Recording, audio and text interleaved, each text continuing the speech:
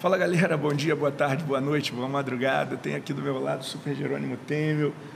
Esse é o cara, Poxa, quanto tempo eu estava querendo trazer esse cara aqui para o canal para a gente poder bater um papo, conversar um pouquinho sobre a vida da gente, evolução humana, né? Por quê? Então vamos lá, para quem ainda não conhece essa super fera aqui, que é super conhecida hoje no Brasil, mas vamos lá, esse cara era AGU, tudo aquilo que às vezes você está tentando se preparar e de repente num determinado momento da vida ele falou, não, eu estou a fim de correr atrás do meu sonho. Então ninguém melhor para poder bater esse papo do que essa super fera aqui.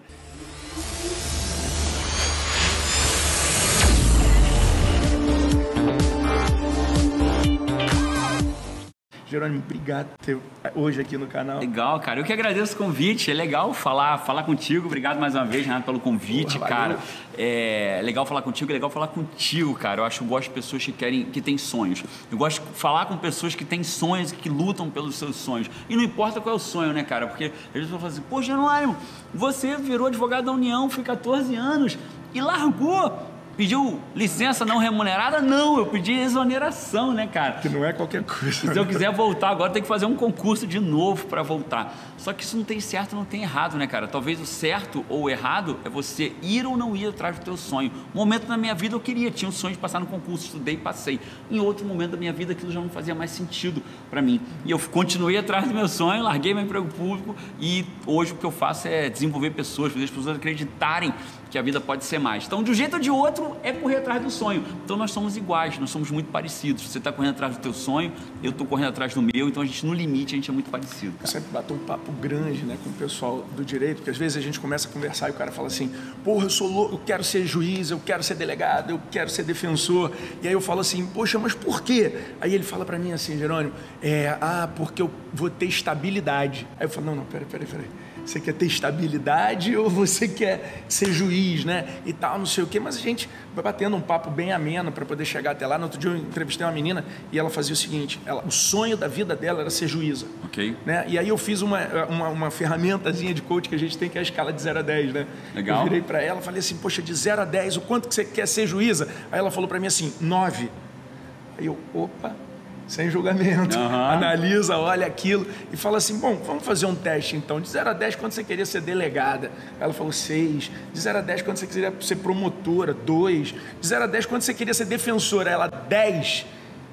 E aí o olho dela começou a brilhar, deixei aquele silêncio, ela vivendo aquele momento e foi muito interessante, quer dizer, a prática de coach para qualquer profissão ou até mesmo para quem está começando na profissão ou quem está tentando fazer um concurso, eu acho que ela é fenomenal. Que conselho você daria para esse pessoal que está em casa hoje num momento de indecisão, começando uma profissão, seja na advocacia, seja porque está tentando um concurso público, como é que o coach pode ajudar isso, como é que a essência da pessoa pode falar mais alto para fazer com que ela realmente atinja aquele resultado? Não, quando a gente quer alguma coisa para a vida, quando eu quero passar no concurso, juiz, defensor, promotor, enfim, AGU, quando você quer passar num concurso ou quando você quer alguma coisa para a tua vida, existem duas forças brigando ali.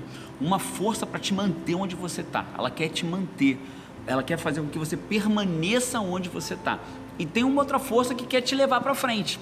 Só que, cientificamente falando, a força da manutenção é mais forte do que a força da mudança. Nós somos feitos para permanecer. O cérebro humano ele é feito para... Não sei se você está ligado nisso, mas nós somos animais. Você é um animal, parceiro. Eu sou também e você também é. E como isso, a gente tem um instinto muito forte, que é o instinto de sobrevivência.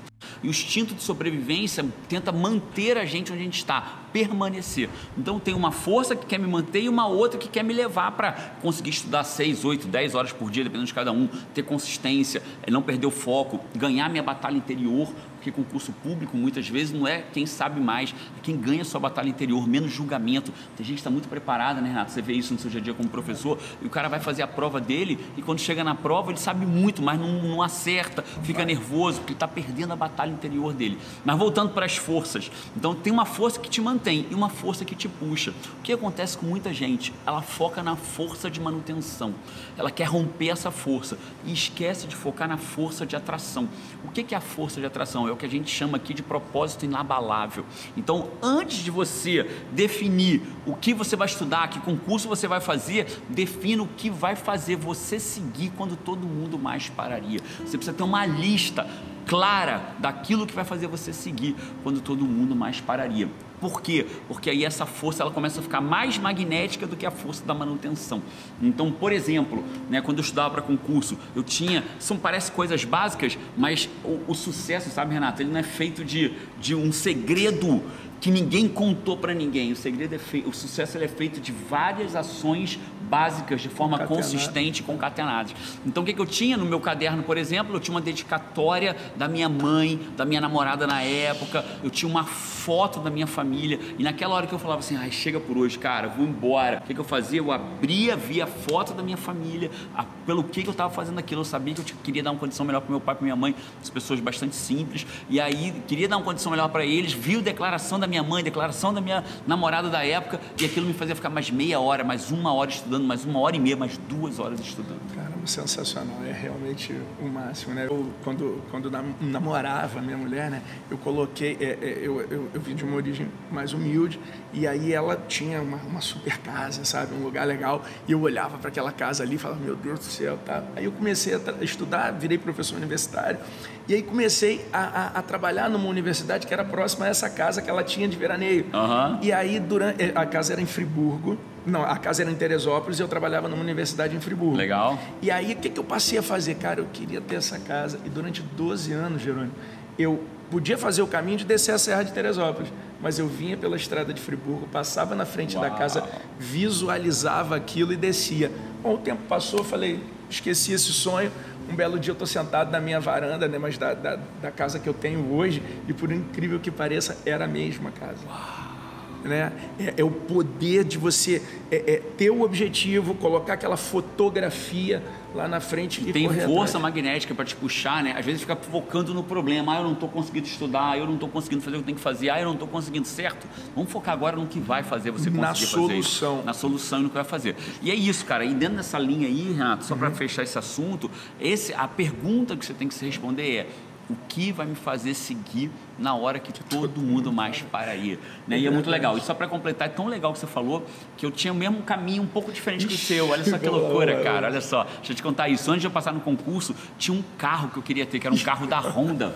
Era um SUV da Honda, uma SUV da Honda. Mas eu não tinha, tipo assim, eu acho que naquela época, se eu tinha, era um casinho, 2 portas, 1.05. E eu queria ter aquele SUV. 2 anos, 3 anos, 18 anos de uso. E aí eu queria ter aquele carro. Então o que eu fazia? Eu ia a pé pro metrô, tinha uma concessionária da Honda na Rua da Passagem, se eu não me engano, em Botafogo, no Rio. E ali, lembra? Ali perto, já chegando no Rio Sul. Então eu vinha a pé para passar na frente da concessionária, ver aquele SUV na vitrine e seguir. Que era o que me dava, era um dos meus propósitos na Balagem naquela época. Tá vendo só, cara? É incrível. Um dos motivos que me fez aproximar dessa super fera aqui, que hoje eu não tenho dúvida em considerar você, Jerônimo, como um mentor.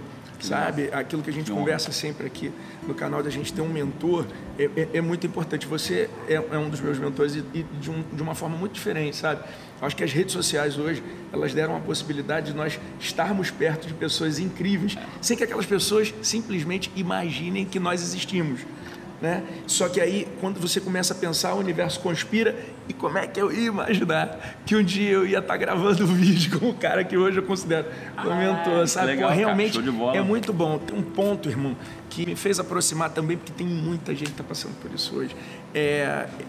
Quando você começou a contar um pouco da tua história, tem muita gente que fala assim, o cara é AGU, mas estudou nas melhores escolas, teve tudo de melhor, a vida dele sempre brilhou e tudo mais, não sei o quê. Conta um pouquinho dessa passagem, beleza, como é que começou, que isso é importante. É isso, né, cara? A gente tem, na vida, a gente tem recursos e interferências para alcançar o que a gente quer para a nossa vida. Algumas coisas são recursos que impulsionam a gente e outras são interferências que levam a gente para baixo.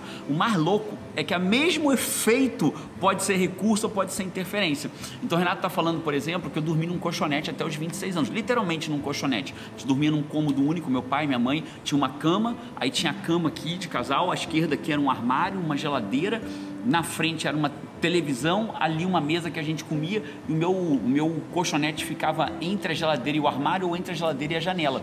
A gente tirava, botava no chão, eu dormia ali, e de manhã levantava o colchonete e ia para a vida. Então aquilo podia ser para mim uma interferência. Mas eu não tenho nem onde dormir, não tenho um quarto para estudar. Tinha época que meu pai gosta de televisão, né? Chegava em casa, ligava a televisão, como é que eu vou estudar? Então aquilo podia ser uma interferência. E aí, só que aquela energia, ela existe, né? Só que você que vai decidir se você vai pegar essa energia de e apontar o teu avião para baixo ou para cima, né, cara? Então ali naquele momento eu vi aquilo como um recurso. Isso não é o que vai me impedir, isso é o que vai me fazer seguir, né? Então é justamente por isso que eu vou lá e vou estudar para passar. E nessa época eu já advogava, cara, quando eu estudava. Então o que eu decidi? Para advogar, eu reunia tudo que eu tinha que fazer em 2 dias na semana. Se eu não me engano era segunda e quinta, então só atendia cliente na segunda, só quando tinha audiência, concentrava na segunda e quinta, e aí para poder estudar terça, quarta e sexta. Então dormia no colchonete, advogando, né, a correria danada. E a importância de um método, né, até nesse momento, né, você teve que criar um método para chegar até aí. Inquestionavelmente, né, método cara, por mais que a gente, às vezes a gente tenha a sensação assim, se eu tiver um método eu perdi a liberdade. Na verdade, talvez seja justamente o oposto disso, né? Quando você tem um método que você tem a liberdade de produzir mais, de estudar melhor, de ter mais concentração. Então foi isso, cara. A gente tem essa história muito parecida, né? Uma origem humilde. A tua história de superação até uma história mais que poderia ser uma interferência maior ainda do que a que era a minha, né? Mas o fato eram interferências que a gente transformou em recurso. E você tem que pensar agora, parceiro. Você tem que pensar agora o quê? Esse problema que você tem, você vai deixar ele ser uma interferência e falar assim, eu não passo por isso, ou você vai dizer, é justamente por isso que eu vou passar. E tudo é uma batalha mental, porque quando você diz, é justamente por isso que eu vou passar, aí justamente por isso você vai acordar cedo e vai lá estudar. Parceiro, então é isso, fiz questão de trazer esse cara para você que de repente fica naquele negócio, eu não tenho dinheiro, não tem como, a vida tá difícil. Transforme essa dificuldade em um recurso que vai fazer você chegar muito longe, beleza, GG? Grande abraço, meu irmão. Valeu, meu garoto. Abraço. E como é que termina? 1, 2, 3. Vamos!